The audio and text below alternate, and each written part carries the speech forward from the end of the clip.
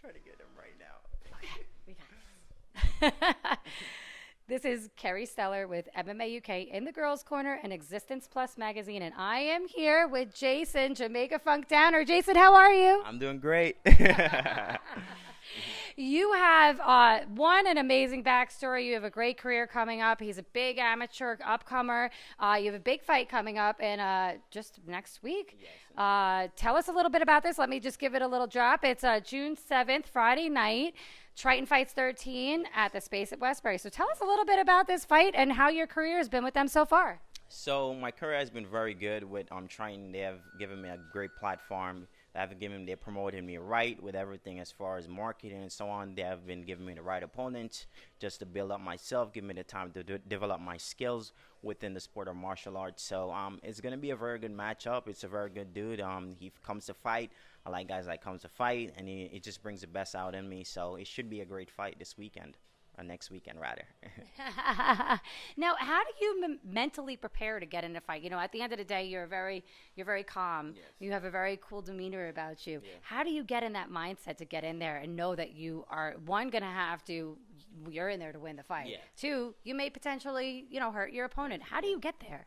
So with me, I never really worry about as far as harming my opponent. I wish the best for my opponents, to be honest with you. It's a sport. And my goal is to win, so I do whatever I can to win, and it's just as simple as that. I was a born competitor. I ran track, did football, did wrestling. I did multiple sports, so I understand the will to win. That's just all I need to be successful. And I have a lot of people that I have to do a lot for, so that motivates me to make sure I get the job done and do my hardest when I'm within the ring, or the cage rather. Yeah. Cage, ring, you're Both in there, you're kickboxer, fighting. MMA fighter, I do it all. Throwing hands is Yeah. throwing hands. And, do you feel that your background in all the athletics that you did when you were younger is serving you in MMA and helping you with your career? I think 100%, especially track and field, because the movements for track and field is just as similar for kicking and punching. It's eye, knees, it's your arm motion. So all I have to do now is just turn the punches over. And I was a sprinter, so it's as the fastest I can get to this point to that point, 100 meter, 200 dash. So now I just translated all of these fast twitch motions into kicking, knees, elbows, or whatever, punching, and that's why I have great speed, because it just comes from track and field. So I think it translates well. Definitely helped me a lot with it, and that's probably my second greatest attribute is my athletic ability. I can do a lot of stuff. It helps me. It does help. Being athletic in the sport. I love that. And you are, wow, I love the way you speak. It's so awesome. Some people don't have the finesse in the words that they use. Yeah. So what is your first attribute then?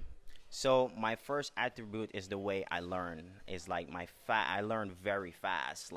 Everyone always say they learn fast, but I'm obsessive kind of learning. That's my definition for it, obsessive learning. So today I learned a technique in jiu-jitsu. Obviously I just finished training. I will never forget this technique. It could be a year later, it could be 10 years later. I have great memory, and I know how to apply. Guys learn things in the gym, and when they get out in the ring, oh, I don't remember that. I'm the guy, you teach something in the gym, I say, Jason, go in the ring now and show the world, and I can do it. I'm very, very good at in the moment, the lights, the bright, the cameras, all of that stuff. I know how to, use it to the best of my ability. I know how to put all the techniques together. When the lights comes on, I don't shy away from it. So it helps, it just comes from the background of just doing athletics and, being at the top of each sport I do, and just learn how to handle yourself, learn how to diet, learn how to just manage your time management, doing everything. But my best attribute, I would say, is just the way how fast I learn, and my heart, my dedication to just constant rep it, do a lot of reps, drills. I think, I'm just very dedicated. I never stop studying too. I love learning.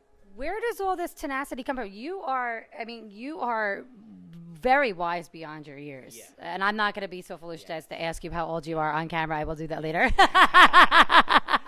But I feel like I'm sitting next to, and please don't take this the wrong way, a young man, but with the mind and soul of a older man, if that makes any weird sense. So this will be the first interview someone said that, and it's 100% correct. Because I always tell people this, and no one believes me. But I always tell them like I'm a 23-year-old kid in like a 35-year-old man body. I'm literally mature as it comes, and I think that comes from growing up in a third world country. It does take us some away from your childhood growing up. You don't get to do a lot of things like kids, grow up, have childhood. But I've seen a lot of stuff at a young age, so it molded me and it teach me discipline. I learned discipline from a young age growing up in Jamaica, seeing poverty, seeing people struggle. I have to like when you're young, you have to cook for yourself. You have to do a lot of things for yourself. At your 10-year-old, you're cooking your own dinner. Like just like being grown up at a young age and just learning life experience at a young age. And my parents was like that too. They teach me a lot. So they teach me how to be a gentleman and how to be like just spread positivity. I don't have to be mean. I can be mean whenever I want to, but that's not the goal. My goal is to always be positive, help who I can help, and just to be mature. I always want to be as mature as possible because you know what? When you get in arguments doesn't solve problems. You know what I mean? So I always figure out a way to solve the problems. If you're not solving anything, I don't want to hear it. I just need solutions, fix the problem, let's move on, let's excel in life, and that's just the way I think. I just constantly love learning and just constantly improving and so on. So it does help. There's a saying, and I think it goes, if you're just talking about a problem without a solution, you're complaining. You are complaining 100% because you're not working on like fixing a problem. So all you're doing is you're probably extending the problem because probably you have a problem, and then the more you talk, you create more problem, and the more you do, you're creating more problem instead of figuring out a solution to fix the problem. So you can fix it pretty much. Did you ever read a book called The Secret? I heard of it. No, I heard of it. Because like you are just speaking my language. I'm a big fan of foreshadowing and putting positive energy out into the environment because you're going to get it back, and that's really what that book is about. And I'm like sitting here listening to you, going, I wonder if he read or watched the movie. Yeah, I am like that. Like as I said, I'm very observative, like right, and I don't know. I just love learning. Like, I'm not the guy that I don't like sitting in class. I love school and all that, but I am the guy to learn. Like someone tells me hands on. Like if I have a mentor or someone teach me everything, like I will learn it better that way. Right? Just teach me the basics, and from the basics you help me develop, and I just constantly go and go, and I always listen. One thing I didn't do, I must say, is like I never used to listen a lot. I was kind of a stubborn kid, but over a period of time of just learning, maturing, like I listen to my coaches now. I never used to listen to my coaches when I did track for a little bit. So my martial arts career is kind of like a redemption of that, because to be honest with you, I could have probably made it, if not close to the Olympics in like track, if I did everything properly, but I just didn't do it right. And that's just comes from growing up from in third country. You're like, your parents like let you do a lot of things you shouldn't be doing. Like I was just out there like doing my own thing, so I didn't have a lot of discipline. But now I do now, and now it's the perfect time, and I'm still young. I have great coaches: Ryan LaFleur, Greg DePasquale, Brian Michelino. Everyone here is helping me, and they're literally like putting a lot of time in developing me as a fighter and as a person, and just helping me out with my situation. So I'm just here to spread positivity, fight, and make people, just entertain people. I'm here to entertain. I want to make my fights as exciting as possible because I don't like watching boring fights. I freaking love it. You're like one of my new favorites. I like that. You are. How long have you been here in America? From where you came from in Jamaica? So I came here in April of 2010. Okay. Yeah. So that's when I came here first, because my mom traveled and working, and she got here, and then she basically said to me, she called me one day and she said, I don't think Jamaica is the right place for you to develop your education and learn, because the facilities, the schools are good, but it's good for Jamaica, but it's if you want to get like high level quick, obviously it's America, so it's gonna be better, so I got here, and since then I went to school here, went to high school here, and I graduated, and then went to college for a little bit, and I am a business kind of person too. Like I love business, I love money, I like doing accounting, I love like those stuff. So I just always wanted to own my own business, and I want to do things that I everything kind of falls on me, like I'm in control because it forces me to do it well. Yeah. So it forces you to when everything is on you, you're like, oh yeah, I gotta be, Yeah. I gotta step your game Yeah, you up, gotta beat yourself Yeah, every you, day. you gotta beat You know yourself what I every mean? day. So I'm that kind of person. So Yeah. I love that. So I said, you know what? Um, came to the gym. I sucked at first. Everyone, you're not gonna always be good at.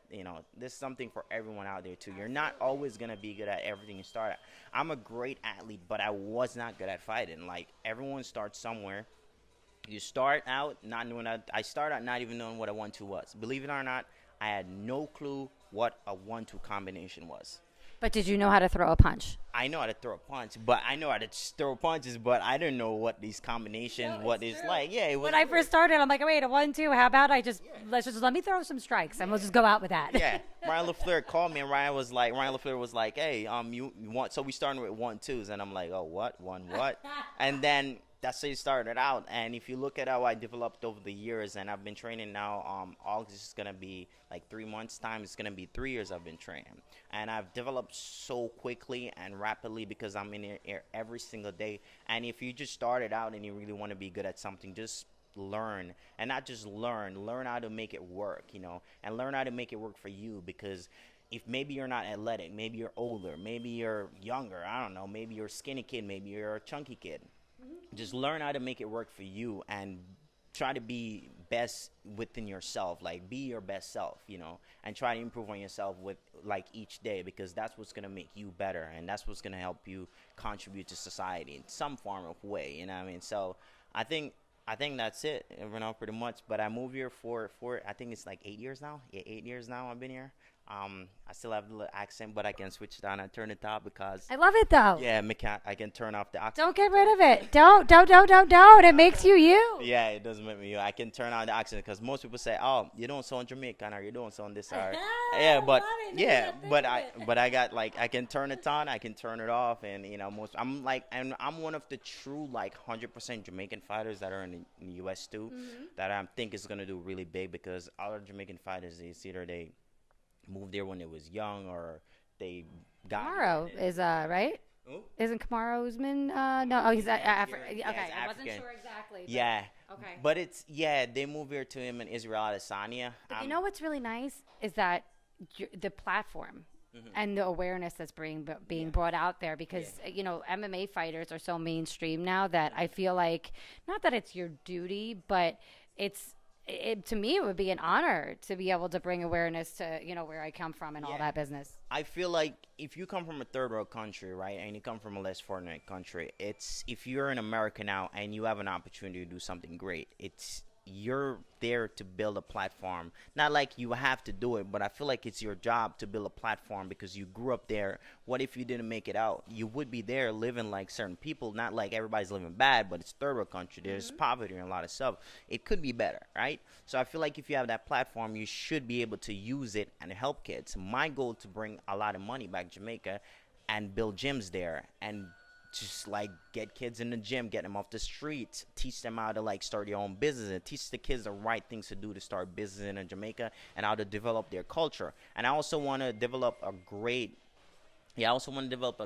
like platform for kids, like how Cuba have great boxing and so on. I want to develop the gym in Jamaica now. It's not really good. That's one of my goals too. If someone doesn't do it before me, I want to develop the gym there, and I want to make it like really, really good.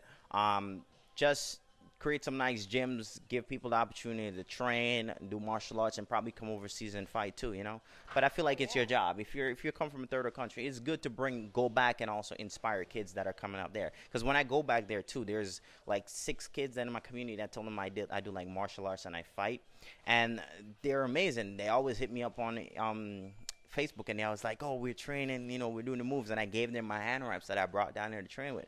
And it's really cool to see those kids, that were you when you were growing up, like, is inspired by you and want to do something great with themselves. So that's what it's all about, because then you just die, and then you just die. You know what I mean? Like I want to die like giving back, and I want to die being remembered. I want to like go away like knowing that I passed. You are my favorite. Yeah, I passed something back to my community because they will live on forever. You know. Leave this place a little better than when you got here. Leave it, yeah, a little bit better. Just a little bit. You don't have to do 1%. just a little bit. Yeah. 1%. And if you could sit there and actually even like come up with that 1% and do, I talk about this all the time. I'm a recovered addict, 11 years. Yeah. I am constantly trying to help out as many people as I know that want to get sober because, I mean, they say you can't keep it until you give it back, right? Yeah. So, I mean, and it could get taxing, but at the end of the day, that's my little 1% that, like, I don't have a lot to give, but what I do is my platform, what I do, and I think that it's whatever community you come from, wherever you come from, I come from Long Island, so there's not much besides the people that I know from here that I can help, but I have a friend, I told you earlier, I play competitive pool. Yes. And I have a friend, Sandil Madala, who owns, I don't know if he still has, I have to look it up, but he owns a pool, a billiards academy in Durban, Africa. And he decided that he's a professional pool player and he wanted to do this to give back to the community and give kids in Africa a place to do something, not just, it's really nice to see that. And I was going to ask you, have you been back? But man, you can interview yourself. Yeah, I'm very good. And I had a YouTube channel too. So like I like cameras. Like I love cameras. I like fixing cameras. Oh, we're gonna have to do some shows. I love fixing phones, cameras. I have a YouTube channel and all that cool stuff. So like being in front of the camera, I used to stutter a lot, but now I'm very comfortable. I know how to talk with the camera. I'm socially awkward. It's okay.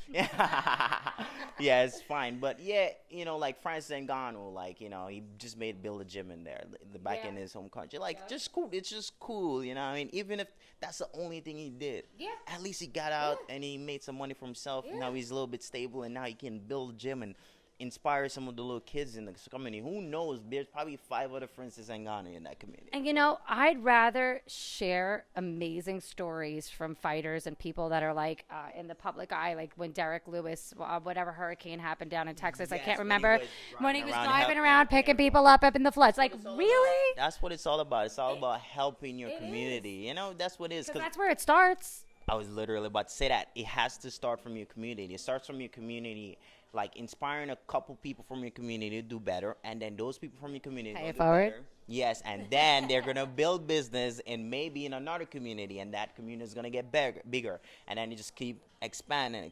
That's how it gets better. It doesn't get bigger by just trying to like inspire everyone. You just start from a small group. And then you just slowly expand, and then it just gets better. I think we could come up with some really good ideas. I actually have a thought that I've always wanted to get a bunch of fighters together and do kind of like motivational talks for people at colleges and stuff, because they do like they'll let you use a facility and they'll let you use it for free if you give it where you can like say, okay, well the kids from the college can get in for free, and then we just try. But there's not enough people out there that are doing that, and I'd rather share something so positive than share in somebody's misery or sad story. Like there's just sad stories all the time, and I don't want to get a view and a like on that. I grew up with sad stories too, but the fun thing about sad stories is like the sad stories what make you who you are. Absolutely. So instead of like bickering about the sad story, worry about what have that sad done for you, because I'm pretty sure if I didn't go through the struggles I've gone through in Jamaica, I probably wouldn't be sitting here with you right now. Maybe if I was like a nice cool kid that didn't give trouble and didn't go to school, maybe I wouldn't come to America to get education here. Absolutely. Maybe all that wouldn't have happened. So all the bad, you just got to look at the positive, that what it molded you into being a person, and just focus on what you can do better rather than, what you have been through. Like, what you have been through is gone now. Like, what can you do next, Absolutely. Like, what are you going to do? Like, tomorrow's gone. Today is what counts. Yeah. The world keeps spinning. It's not stop spinning. We are going to be doing a lot of interviews and stuff together.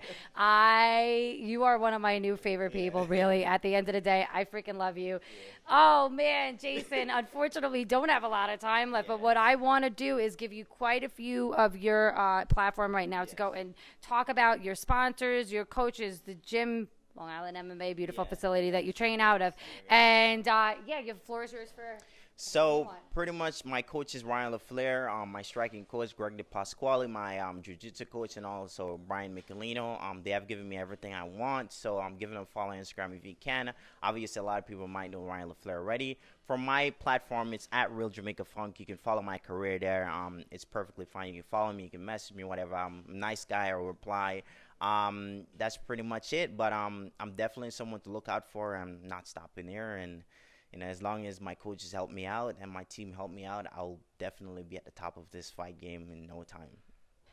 Oh man, and I definitely see stars in your future. And Jason, Jamaica Funk Downer, what can everybody expect from you June 7th, fight night? So what can everybody expect is always like I always try to be exciting as possible. I never try to do when you go searching for things, things might happen to you. So I never go into a fight like expecting or trying to implement a game plan. I go free flowing and just trusting in my skill, but I always try to finish fights. So my goal is to finish fight. I know a lot of fighters say that, but I have a very good ability to know when to finish fights. So just look for a finish. I don't know when. Maybe second, third round. I'm not sure. Maybe first. You never really know what's gonna happen. It all depends on my opponent. All depends on my opponent. Whatever he does, if he does something silly, I'm knock him out. If he run away, I might have to stick around and chase him a little bit. If he grapples, I might have to grapple him a little bit. All depends on my opponent. But I'm definitely looking for finish. I love finishes. I love TKO. I love getting the fight over with and go eat some pizza or I don't know burgers or something after and just hang out with my friend. Just get that relief off, knowing that that just happened and got it out of your system and it's done with. Now you get to enjoy your night. That's what I'm all about. Absolutely. And I will be sharing your fight update from Friday night, June 7th.